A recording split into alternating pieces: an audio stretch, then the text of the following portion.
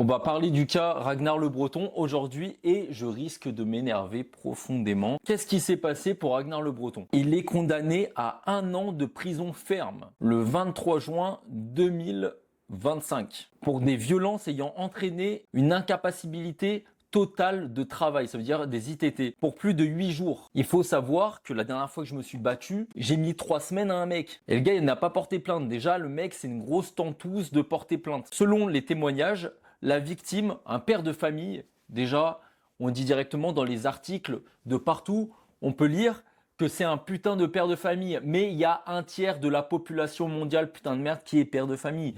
Pourquoi ils en parlent? C'est n'importe quoi. Tout ça, c'est juste pour qu'on s'apitoie sur son sort, tout simplement, parce qu'ils veulent direct que tu sois d'un parti plutôt que l'autre, tout simplement. Ils veulent le descendre. Je sais pas pourquoi ce mec gêne, mais en tout cas, il doit gêner des gens. Donc, ce père de famille était en train de dormir dans sa voiture aux abords du stade où se trouvait son fils et était en train de jouer. Ragnar s'était appuyé sur son véhicule, provoquant le mécontentement du conducteur après s'être appuyé sur le véhicule. Se serait suivi une altercation verbale, puis des coups portés par l'humoriste devant le fils de la victime. Déjà que le fils ou non soit là, ok, c'est dramatique, c'est dommage en fait, c'est dommage qu'il soit là.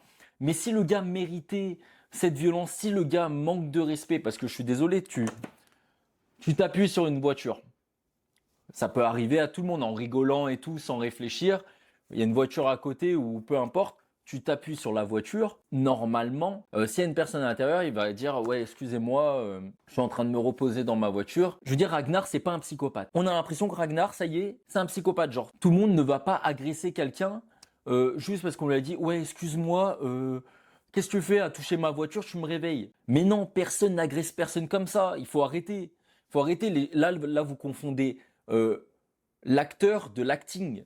Parce que c'est pas parce que dans son acting, c'est un mec qui fout des tartes à des gens, ok, c'est pas forcément très drôle. C'est pas parce qu'il fout des tartes à des gens dans ses sketchs qu'il le fait dans la vraie vie pour aucune raison. C'est complètement con.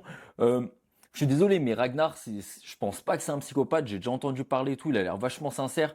Dans les vidéos de GMK, on peut le voir totalement normalement en tant qu'ami et tout, avec ses potes, comment il est, etc. C'est un mec qui joue le beauf en permanence, etc. On aime ou on n'aime pas.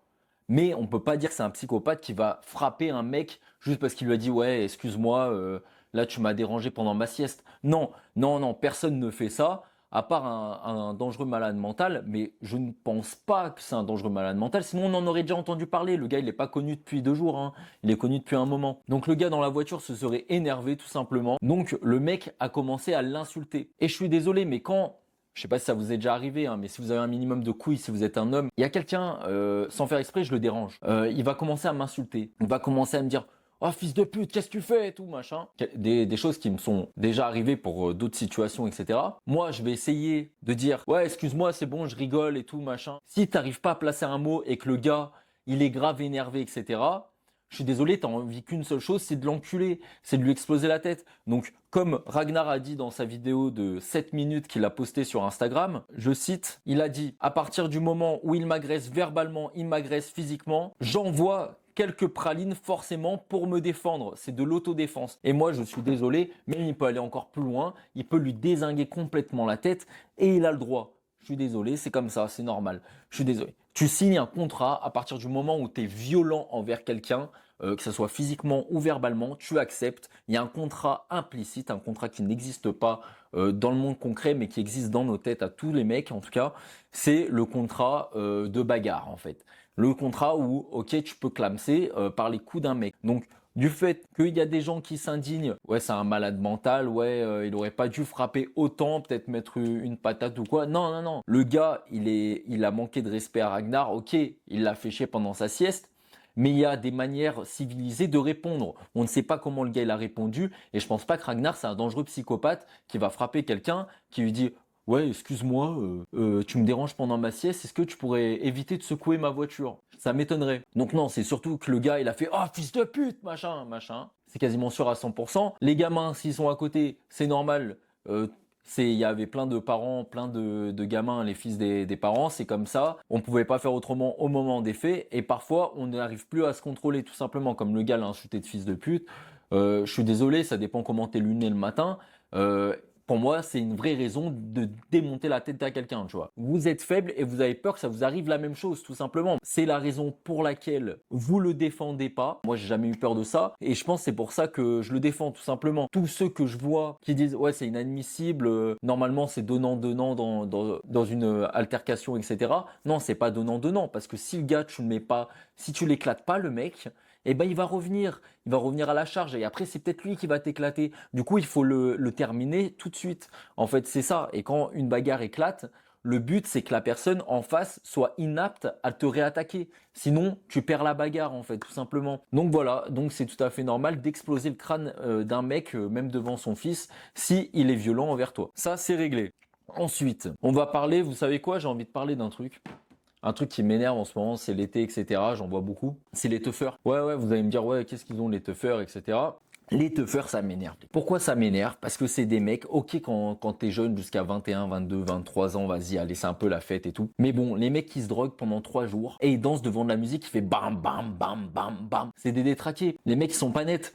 Je les entends bam, bam, bam, bam. On dirait que c'est les tambours, c'est des rites chamaniques qui dansent pendant une demi-heure et ils se droguent. Mais ça apporte quoi? Ça apporte rien. Surtout que les mecs, ils boivent, ils se droguent, etc. Ils prennent de la coke, des tasses, des trucs.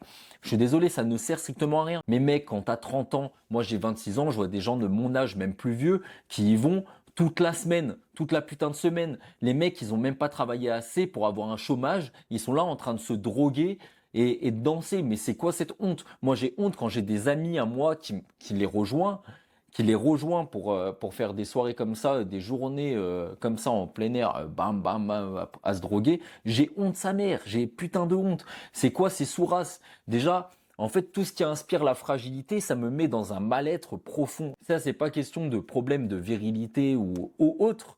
Non, c'est parce que même moi, j'étais une merde comme ça, en fait. Tout simplement, j'ai été une merde comme ça.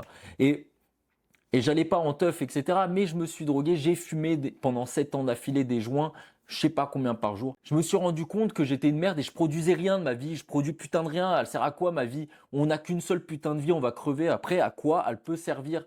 Et en fait, elle va servir à quoi? À juste prendre du plaisir et à fumer et tout. Mais encore, tu prends du plaisir pendant un instant. Et après, ça te ruine un an de ta vie parce que t'as le cerveau bousillé. Putain, non mais sérieux. Ouais, c'est un gros coup de gueule là. Je passe un coup de gueule, ça me casse les couilles. Les mecs, c'est des fragiles. Et il y en a quelques-uns, ok, ils font ça le week-end, ça va. Tu vois, vas-y, je vais tolérer pour ceux qui font ça le week-end de temps en temps et tout. Et qui ont une vie assez stable en général. Mais les mecs qui passent leur vie à ça, putain, j'ai honte. J'ai honte. J'ai honte pour eux. J'ai honte. C'est vraiment ridicule. Ils sont ridicules. Ça me casse les couilles. Bref. Bon. En tout cas, merci de m'avoir écouté. C'était le coup de gueule de l'année. Voilà. Mon gros coup de gueule. Peut-être que je vais en passer plusieurs, hein, peut-être sur des sujets d'actualité. Ça va être mon nouveau format, le format coup de gueule. C'est parti. Bam, bam, bam. Bon, allez, abonnez-vous, mettez un like, partagez, faites comme vous voulez, partagez à vos potes, pas les fragiles, mais aussi aux fragiles, tiens, ça leur mettra un coup dans la gueule, et merci. Et bonne soirée à tous, bonne journée, salut.